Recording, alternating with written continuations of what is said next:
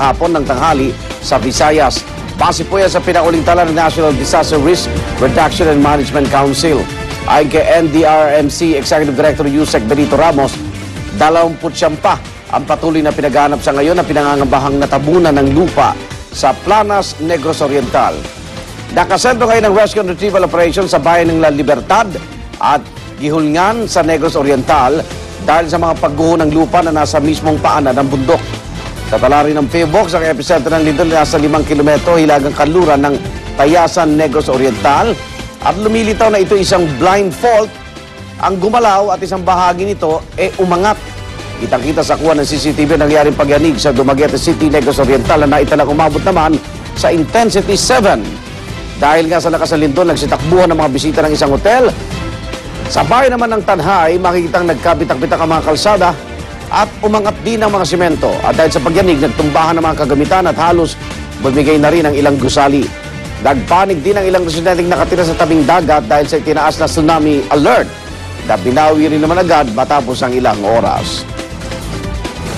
Bakit patuloy magbabantay natin kaugnay nangyaring lindol sa Visayas at maaga nakatutok ang ating mga kasamahan para po sa mga pinakahuling balitang dapat yung malaman. Nasa National Disaster Risk Reduction and Management Council sa Camp Aguinaldo si Oscar Oida, habang sa PHIVOLCS ay nakatutok naman si Susan Enriquez. Unahin na po muna natin ang pinakahuling tala ng NDRRMC sa pamamagitan po ni Oscar Oida. Oscar? Yes, Igan, kaugnay nga ng nangyari 6.9 magnitude na lindol sa May Negros Oriental kahapon, umabot na sa 15 ang napaulat na nasawi. Bunsod nga na nangyaring insidente ayon sa pinakauling report ng NDRRMC. Samantala, nadagdagan na rin ang bilang ng mga missing or na-identify na rin yung kahapon na 29 na nawawala. Na-identify na ito ng NDRRMC, particular yung mga nasa may Barangay Planas, sa may Gihulngan.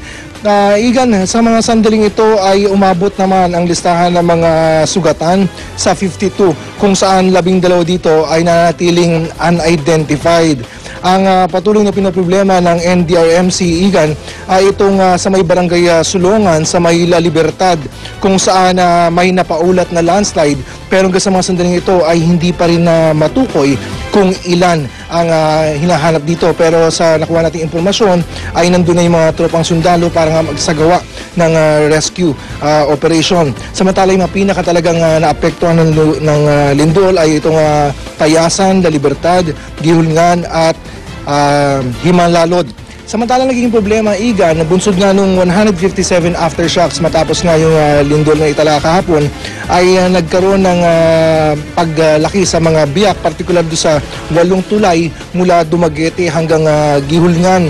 Dahilan para nga hindi madaanan ng mga sakyan at ma-isolate yung mga lugar na ito. Pero ayon naman sa NDRRMC, ginagawa nila ito ng paraan, nilalakad dito ng mga tropang sundalo para lang maabot itong mga isolated na lugar, at mamayang umaga ay merong 4 na helicopter na magagamit nga para may pagpatuloy ang kanilang rescue operation. At yan ang latest, Igan, mula dito sa NDRRMC. Maraming salamat, Oscar Oida. Baka rin nagbabantay sa tanggapan ng PHIVOLCS sa Quezon City ang ating kapusong si Susan Enriquez. Susan, anong balita ngayon dyan?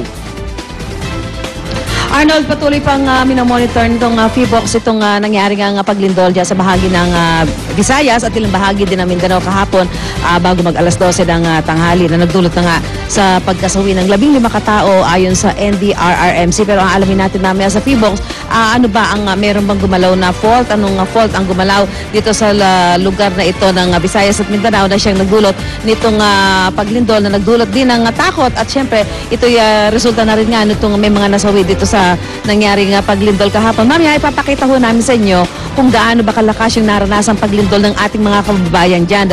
Dahil umabot nga po sa 6.9. So ipapakita ho natin sa inyo mamaya kung gaano kalakas yun, kung bakit nagkaroon ng ganung pinsala, at kung bakit talaga naman naging napakatindi nung takot ng ating mga kababayan. Nagdulot ho ng pagkabitak ng lupa, pagguho ng ilang mga gusali, may mga nangyaring landslide, at sinabi nagkaroon ng pag-recede ng tubig sa dagat na lalo pang nagdulot ng takot dahil nga po sa tinaas na tsunami warning kahapon matapos na magkaroon ng paglindol.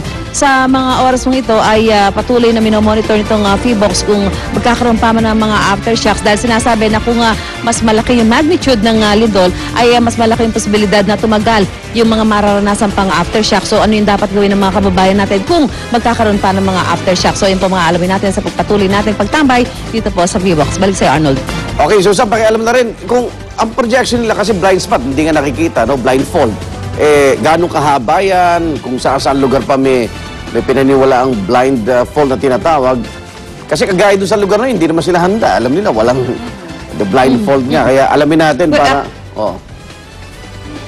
Yan, dapat ngayon mas maganda malaman natin yung sinasabi na meron palang blind fault pa pala na so ito ngayon lang natin din narinig ito, no? At yung isa kailangan din natin linawin sa mga taga PHIVOLCS, ano? Kasi kahapon nagkaroon ng konting kalituhan dahil ang NDRRMC gusto sana nila wag mo nang pauwiin yung mga tao na nagsilikas dahil nga syempre natatakot, lilipas ang magdamag, pero ang advice ng PHIVOLCS ay umuwi na. Pero syempre, after na nagkaroon ng advice na umuwi na yung mga residente, yung mga apektado mga kababayan natin dyan sa Visayas at Mindanao, nagkakaroon ng mga aftershocks na nagdudulot pa ng karagdagang takot doon sa ating mga kababayan. So kailan ba safe na umuwi na sa mga tahanan ang kanilang mga naapektuhan ng mga paglindol kung meron pang mga nangyayari, mga aftershocks, Arnold? Ayan, mukhang nagkaroon sila ng blind communication.